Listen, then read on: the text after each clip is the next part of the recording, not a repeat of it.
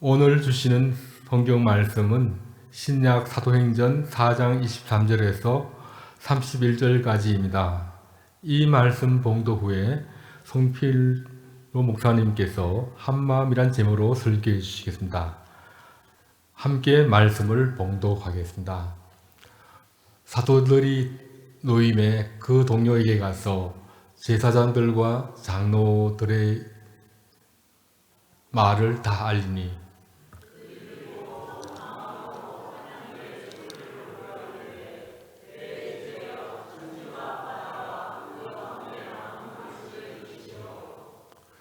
또 주의 종 우리 조상 다윗의 입을 통하여 성령으로 말씀하시기를 어찌하여 열방이 분노하여 족속들이 헛살을 경영하였는고 군왕들이 났으며 관리들이 함께 모여 주와 그의 그리스도를 대적하다 하심. 과연 헤롯과 본디오 빌라도는 이방인과 이스라엘 백성과 합세하여 하나님께서 기름 부으신 거룩한 종 예수를 구슬려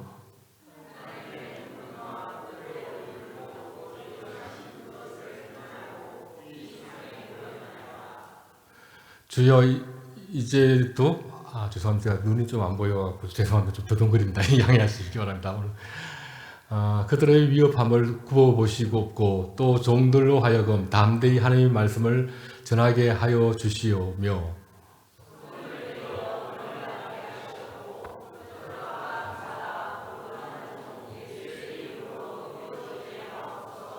함께 봉독하겠습니다. 빌길 다음에 모인 곳이 진동하더니 무리가 다 성령이 충만하여 담대히 하나님의 말씀을 전하니라. 아멘.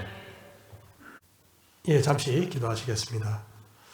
이 시간 성령께서 우리 가운데 오셔서 임재하시며 말씀하여 주시옵소서. 우리가 이 시간 주의 영광을 보게 하여 주시옵소서. 예수님의 이름으로 기도합니다. 아멘. 예수님을 전하다가 체포된 사도 베드로와 그리고 요한은 하루 동안 구금된 후 이튿날 공회 앞에서 신문을 받게 되었습니다. 이 종교 지도자들은 이들을 유죄 처리하고 입을 막고 싶었지만 특별한 명분도 없고 또 병난 사람이 버젓이 정인으로 나와 있으니 할 말이 궁색했습니다. 그래서 궁여지책으로 예수의 이름으로 아무 말도 하지 마, 이렇게 또 가르치지 마, 이렇게 협박을 했습니다. 그러자 베드로와 요한은 이렇게 말하죠. 사람의 말이 아니라 하나님의 말씀을 듣는 것이 옳다. 우리가 보고 들은 것을 말하지 않을 수 없다. 이렇게 담대하게 선언했습니다. 결국 이러지도 못하고 저러지도 못한 그들은 다시 위협하고 그들을 풀어주게 되죠. 여기에서 우리가 잠깐 한 가지 생각하고 넘어갈 것은 만일에 이 국가 권력과 우리 또 개인의 신앙이 충돌할 때 과연 어떻게 대처해야 할 것인가 하는 문제입니다. 이 문제는 때때로 그리스도인들 사이에 견해 차이가 있을 수가 있습니다. 다시 말해서 순종해야 하는가 아니면 저항해야 하는가, 이 문제는 그리 간단하지 않습니다. 최근에 우리는 코로나 팬데믹을 거치면서 그동안 한 번도 겪어보지 못했던 대면 예배 중단이라는 그런 초유의 사태를 우리가 경험하게 됐습니다.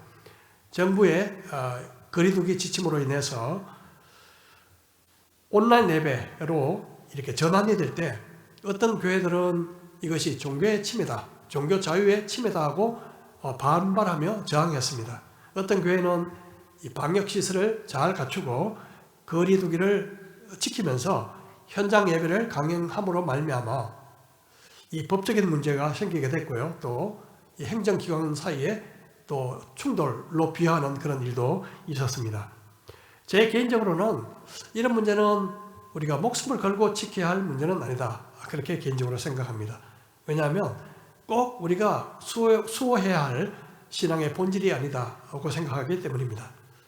하지만 이 사도들이 직면한 도전은 달랐습니다. 다시는 예수의 이름으로 말하지 마 라는 당시 권력기관의 명령을 받았던 것이죠. 이 문제는 신앙의 본질을 부정하는 것입니다. 사도들은 이 국가의 권위란 하나님의 권위 아래에 있다는 것을 알기에 국가의 권위가 하나님의 권위에 도전하는 것을 결코 용납할 수 없었던 것이죠.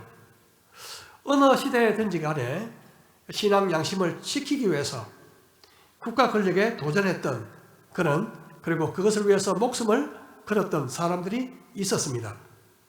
제2차 세계대전 종전을 불과 한 달 앞둔 1945년 4월 9일 독일 바이에른 주에 있는 형무소에서 39세의 한 남자가 교수형 틀에 올라갔습니다.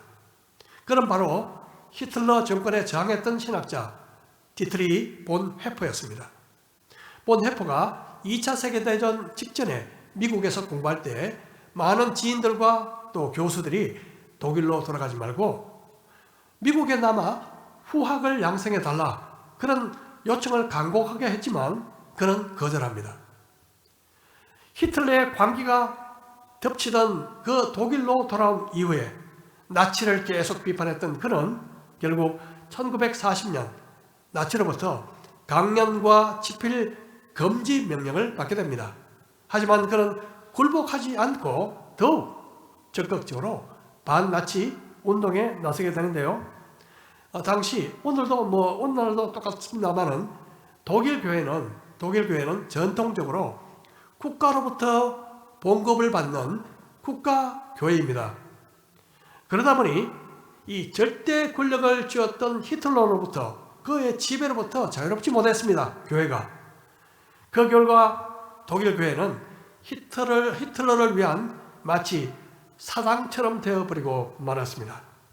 이에 국가로부터 봉급을 받지 않고 성도들의 헌금에 의존하는 고백교회라는 것이 생기게 됐는데 이 일에 바로 본 헤퍼 목사가 주도적으로 참여했습니다. 1942년 뜻을 같이 하는 사람들과 함께 지하 조직을 창설하고 유대인들이 스위스로 탈출하는 것을 돕던 중에 나치 정치경찰 게슈타포에 발각되어 베를린 형무소에 그는 갇히게 됩니다. 그리고 수감 중에 히틀러 암살 계획에 동참했지만 미수에 그치고 맙니다. 이 일이 결국 나치가 그를 교수형에 처한 직접적인 원인이 되었습니다. 그는 이런 말을 남겼습니다. 악을 보고도 침묵하는 것이 악이다.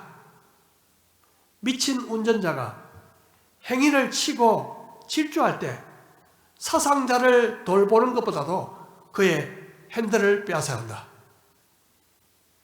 그런 교수형 틀로 향해서 가기 직전에 무릎을 꿇고 짧게 기도한 뒤 당당하게 걸어가면서 이런 말을 남겼습니다. 이것이 마지막이다. 그러나 나에게는 생명의 시작이다. 그가 영원의 문으로 들어간 날은 히틀러가 지하 벙커에서 삶을 마감하기 불과 3주 전이었습니다.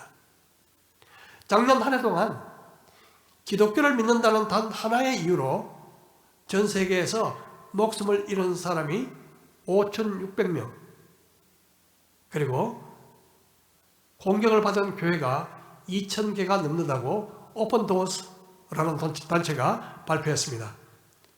오늘날 자유 대한민국에 살아가는 우리가 이처럼 목숨을 걸고 신앙적인 삶을 지켜야 하는 일은 없습니다. 기껏해야 오해받거나 배척을 받는 정도이죠. 베드로와 요한은 주님께 사형 판결을 내렸던 바로 그 공회 앞에서 하나님 앞에서 너의 말을 듣는 것이 하나님의 말씀을 듣는 것보다 옳은가 스스로 판단하라. 보고 들은 것을 말하지 않을 수 없다. 그렇게 용기 있게 선언합니다. 결국 그들은 풀려나죠. 자, 이 사도들이 구금에서 풀려났을 때 제일 먼저 했던 일이 뭘까요? 만일 우리 같으면 어떻게 했을까요? 아마도 비상대책위원회를 소집한 후 향후 대책을 논의했을 것입니다. 아니면 그 대책위원회를 통해서 앞으로 예상되는 핍박, 대응 방안, 전략을 논의하면서 한참 실험했겠죠. 아니면 피곤하고 지친 몸을 추스리기 위해서 며칠 동안 좀 휴양지에 가서 몸을 추스렸을지도 모르겠습니다. 하지만 사도들은 그렇게 하지 않았습니다. 우리 한번 볼까요? 4장 23절 사도들이 노임에 그 동료에게 가서 제사장들과 장로들의 말을 다 알리니 그들이 듣고 한 마음으로 하나님께 소리를 높여 이르되 대주제여 천지와 바다와 그 가운데 만물을 지으신 이시여. 사도들은 기도하며 기다리고 있던 형제 자매들 앞에 가서 제사장들과 장로들이 한 말을 보고한 뒤에 무엇을 했습니까? 한 마음으로 기도했습니다. 오늘 설교 제목이요, 한 마음으로 라는 제목인데, 오늘 읽은 전체 본문에서 한 마음이라는 단어가 2번 등장합니다. 이번이 처음, 바로 이것이 처음 나오는 구절에서 나오는 한 마음인데요. 그들은 한 마음으로 소리 높여 기도했다고 기록하고 있습니다. 여러분, 합심 기도에서 가장 중요한 것이 뭘까요? 기도에서 바로 그것은 한 마음입니다. 주님은 이렇게 말씀하셨습니다. 마태복음 18장 19절 이하에서 진실로 다시 너희에게 이르노니 너희 중에 두 사람이 땅에서 합심하여 무엇을 구하면 하늘에 계신 내 아버지께서 그들을 위하여 이루게 하시리라. 두세 사람이 내 이름으로 모인 곳에는 나도 그들 중에 있느니라. 여러분, 마음을 같이 해서 기도하는 것이 쉬운 일은 아닙니다. 혹시 오케스트라 연주회에 한번 가보신 일이 있으시죠? 가끔 우리 학교 음악 학부에서 학생들이 졸업 행사나 아니면 다른 어떤 연주 행사가 있을 때 이 지휘자 교수님이 연주할 학생들을 다 모아놓고요, 수십 명을 모아놓고 저보고 기도를 좀 해달라는 부탁을 할 때가 가끔 있습니다. 그래서 일부러는 잘 안 가지만 그때는 자연스럽게 참석을 하게 되는데요. 음악에 조예가 별로 없는 저지만 이 수십 명의 연주자가 지휘자의 현란한 몸집을 따라 아름다운 화음을 만들어내는 그 장면을 보면 정말 감탄이 나옵니다. 그런데 사실 저는 귀에 들리는 하모니보다요, 지휘자를 따라 일사불란하게 연주하는 장면을 보면서 늘 이상적인 교회의 모습을 떠올리게 됩니다. 이 모습이 바로 이상적인 교회의 모습이 아닐까. 지휘자는 예수님, 악장은 목회자, 그리고 함께 연주하는 단원들은 모두 우리 각자. 그래서 같은 곡을 가지고 우리 각자 맡은 그 파트를 한 마음으로 연주해서 합쳐지면 정말 아름다운 선율이 탄생하게 되는 거죠. 신명기에 이런 말씀이 있습니다. 신명기 32장 30절 그들의 반석이 그들을 팔지 아니하였고 여호와께서 그들을 내주지 아니하셨더라면 어찌 하나가 천을 쫓으며 둘이 어떻게 해요? 만을 도망하게 하였으리요. 여러분, 하나가 천을 쫓으면 둘은 몇 명을 쫓을 수 있죠? 수학적인 공식은 2,000명입니다. 하지만 둘이 2,000이 아니라 만을 쫓는다는 말씀은 합심의 위력이 얼마나 큰지를 보여주고 있습니다. 여러분, 기도도 마찬가지입니다. 혼자 기도하면 천을 쫓을 수 있다고 본다면 둘이 기도하면 만을 쫓을 수 있다는 그런 결론이 나오게 되죠. 혹시 기도 합주회라는 말을 들어보신 적이 있습니까? 성도들이 함께 모여서 긴급하고 그리고 긴박한 기도를 함께 드리는 기도, 이것을 기도 합주회라고 할 수 있는데요. 1744년 11월 스코틀랜드에 있는 그 목회자들이 전 세계 그리스도인들이 똑같은 소망, 즉 교회의 부흥과 세계 복음화를 위해서 함께 그 마음을 품고 기도하기를 기대하면서 기도하기 시작했습니다. 그들은 엄격한 규칙이 없이 매주 토요일 저녁 그리고 주일 아침 얼마 시간을 떼어놓고 그리고 1년에 4번으로 나눈 후에 분기마다 첫 화요일을 떼어서 한나절 혹은 반나절씩 기도하기로 작정하고 헌신했습니다. 단 같이 모여서 하든지 아니면 개인적으로 하든지 각각 가능한 방법을 따라서 중요한 것은 같은 시간에 기도하도록 했습니다. 이 기도는 처음에 2년 동안 계속되었다가 나중에 다시 7년을 연장하게 됩니다. 이렇게 시작된 스코틀랜드의 기도 합주회는 미국의 부흥에 많은 영향을 미쳤고 또 근대 선교 운동의 새벽을 밝히게 된 기폭제가 되었습니다. 기도 없는 부흥은 없으며 부흥이 되면 반드시 선교 운동의 역사가 일어난다. 이것은 기독교 역사가 증명해 주고 있습니다. 데이비드 블라이언트라는 분은 이 패턴을 중보기도, 영적 각성, 세계 복음화로 표현하면서 거룩한 패턴이라고 불렀습니다. 디바인 패턴.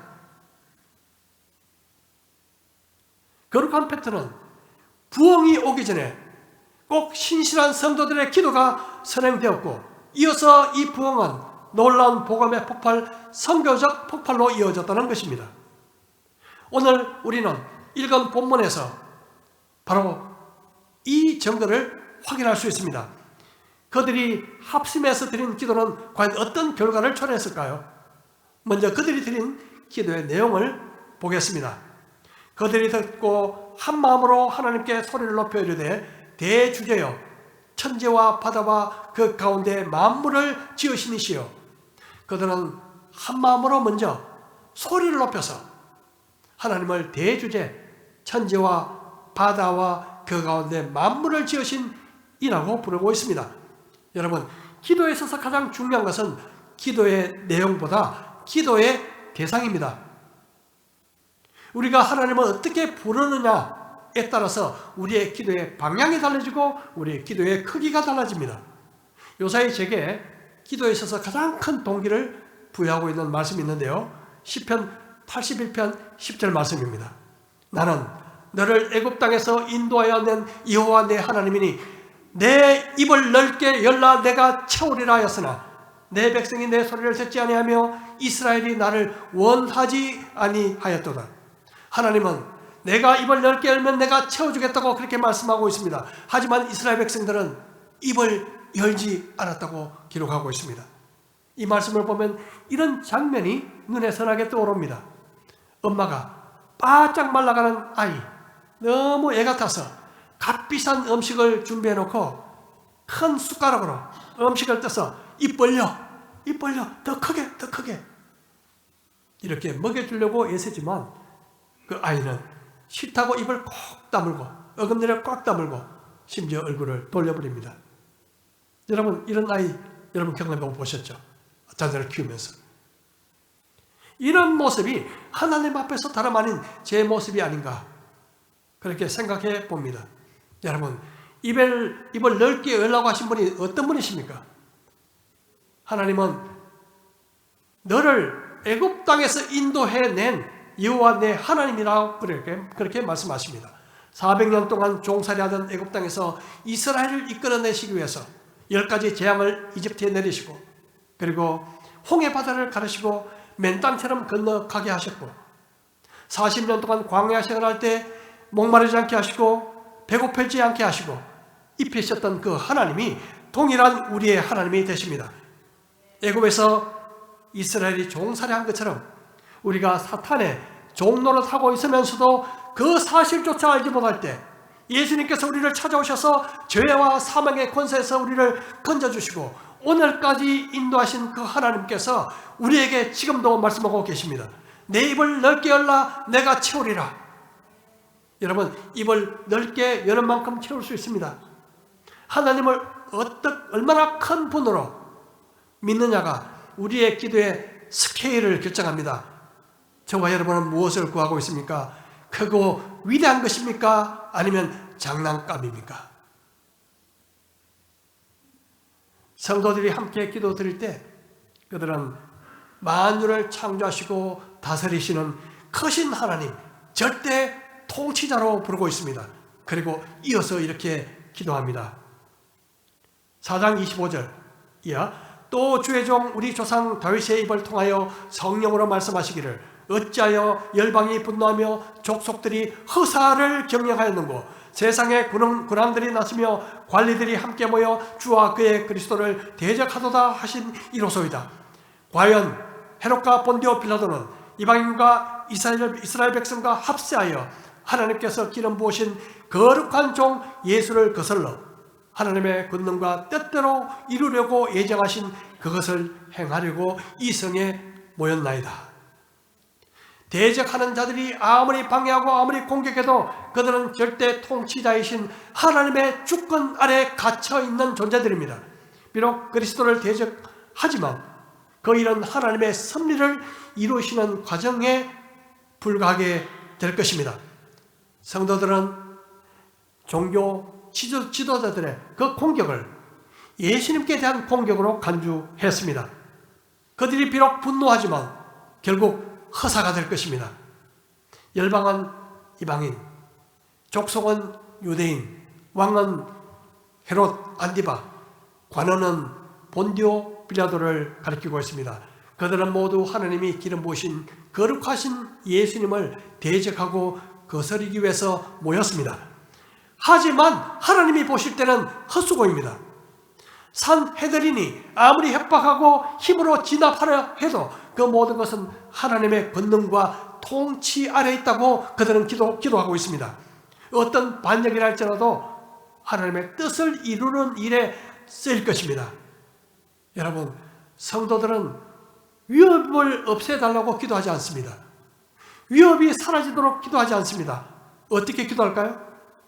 주여, 이제도 그들의 위협함을 굽어보시옵고 또 종들로 하여금 담대히 하나님의 말씀을 전하게 하여 주시오며 손을 내밀어 병을 낫게 하시옵고 표적과 기사가 거룩한 종 예수의 이름으로 이루어지게 하옵소서 하더라. 그들은 위험이 사라지기를, 위험이 무력화되기를 위해서 기도하지 않았습니다. 오히려 그것이 불가피하다는 전제하에서 기도하고 있습니다. 위협은 불가피하지만 하나님이 지켜봐 주시기를 기도하고 있습니다. 그리고 세 가지를 위해서 기도하고 있는데, 하나님의 말씀을 담대하게 전하도록, 손을 내밀어 병이 낫게 해주시도록, 표적과 기사가 예수님의 이름으로 이루어지도록 그들은 기도합니다. 힘 있는 기도는 방어적이라기보다도 여러분 공격적입니다.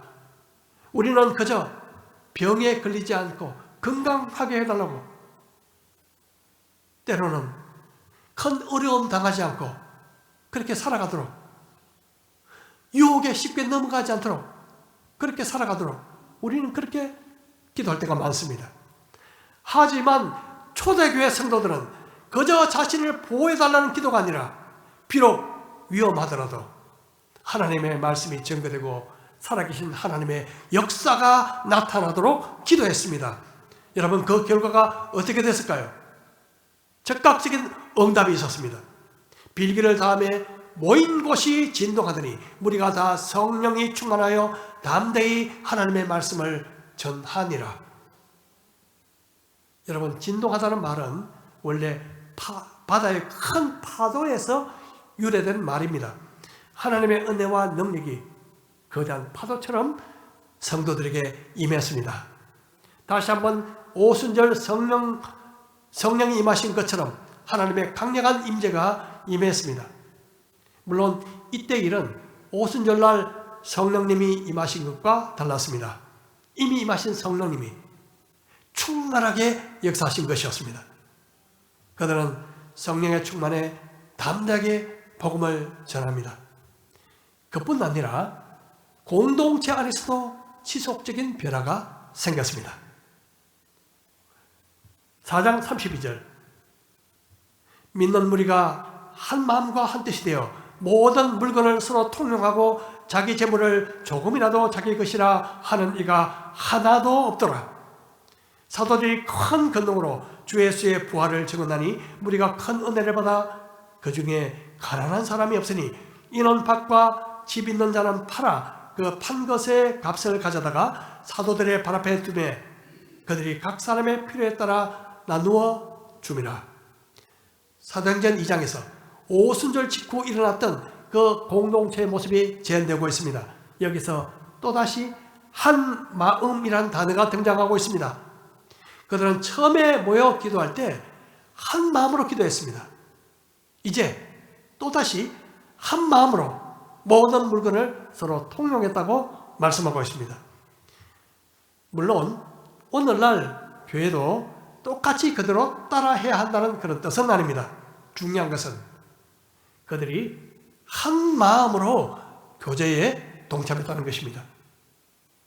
우리는 기도할 때도 한 마음으로, 교제할 때도 한 마음으로 하는 것이 중요합니다. 그럼 어떻게 하면 한 마음이 될까요? 우리 로마서 15장 5절 우리 같은 목소리로 한번 읽어보겠습니다. 시작. 이제 인내와 위로의 하나님이 너희로 그리스도 예수를 본받아 서로 뜻이 같게 하여 주사 한 마음과 한 입으로 하나님 곧 우리 주 예수 그리스도의 아버지께 영광을 돌리게 하려 하노라. 한 마음이 되는 비결이 뭘까요? 하나가 됩시다. 구호를 외친다고 하나가 될까요? 서로 합의해서 하나가 되자. 그런 강제 규정을 만든다고 하나가 될까요? 우리가 하나가 되는 비결은 예수 그리스도를 본받는 것입니다. 예수 그리스도를 본받는 것입니다. 우리 각자가 결혼 초기에 저와 아내가 이렇게 조금씩 갈등이 있을 때 제가 사용한 방법이 있습니다. 그것은 아내와 제 사이에 의자 하나를 갖다 놓는 거죠. 그렇게 상상합니다. 의자에 예수님이 앉아 계신다. 당신과 나 사이에 예수님이 앉아 계신다. 우리 사이에 예수님이 지켜보시고 예수님께서 우리의 대화를 듣고 계신다. 이 생각을 하면서 대화를 하다 보면요, 풀리지 않을 것 같은 문제가 풀리더라고요. 요사이는 뭐 별로 그런 일이 없습니다만은,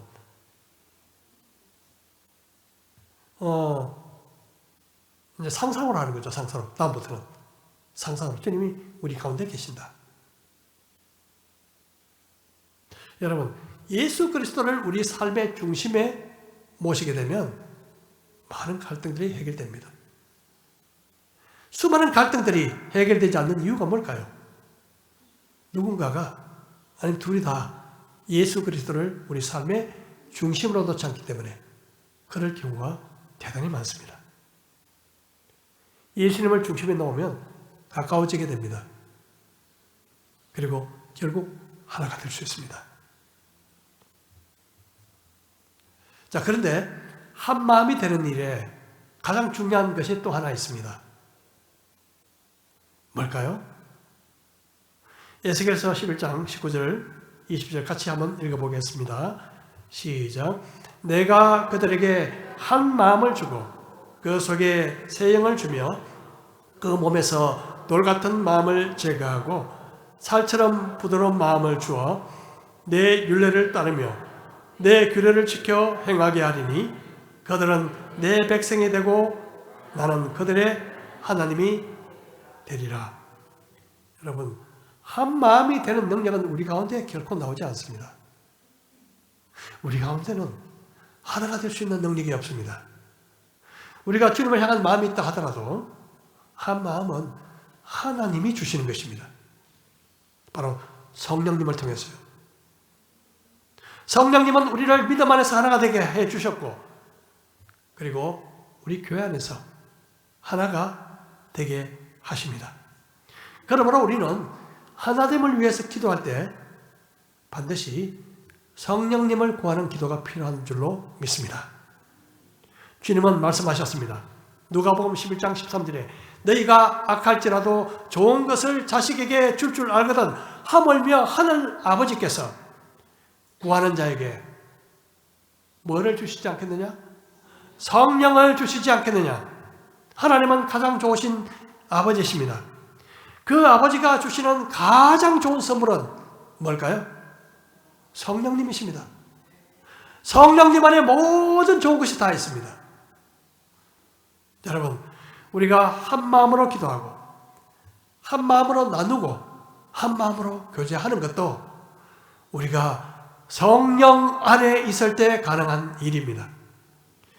초대교회 성도들은 한 마음으로 기도하고 한 마음으로 교제하고 한 마음으로 나누었습니다. 성령 충만했기 때문에 그렇습니다. 그러므로 그들은 마치 하나처럼 기도했고 하나처럼 나누며 살았습니다. 우리 경성대학교의 우리 성도들도 날마다 성령을 구하며 같이 기도하십시다. 언제 어디서나 기도하십시다. 그리고 함께 기도하십시다. 우리 수요일 저녁 예배가 있습니다만은 그렇게 많이 참석은 하지 않지만 우리 합심해서 기도하고 있습니다. 혹시 여러분 기도 예배에 참석하지 못하시더라도 여러 사정으로 어디에 계시든지 간에 여러분 그 시간을 기억하시고 얼마 동안 오랫동안 기도하느냐 상관없이 함께 기도했으면 좋겠습니다. 저는 그것을 또 다른 기도의 합주회라고 부르고 싶습니다. 어디 있든지 간에 집에 있든지 직장에 있든지 잠시 시간을 내었어요. 그 시간에 제가 어떤 분들은 카톡을 보내드렸고 또 오늘 주보 제안에 기도 제목들이 다 한 장씩 들어가 있습니다. 그 제목을 가지고 여러분 그 시간에 함께 기도하면서 기도 합주회를 했으면 좋겠습니다.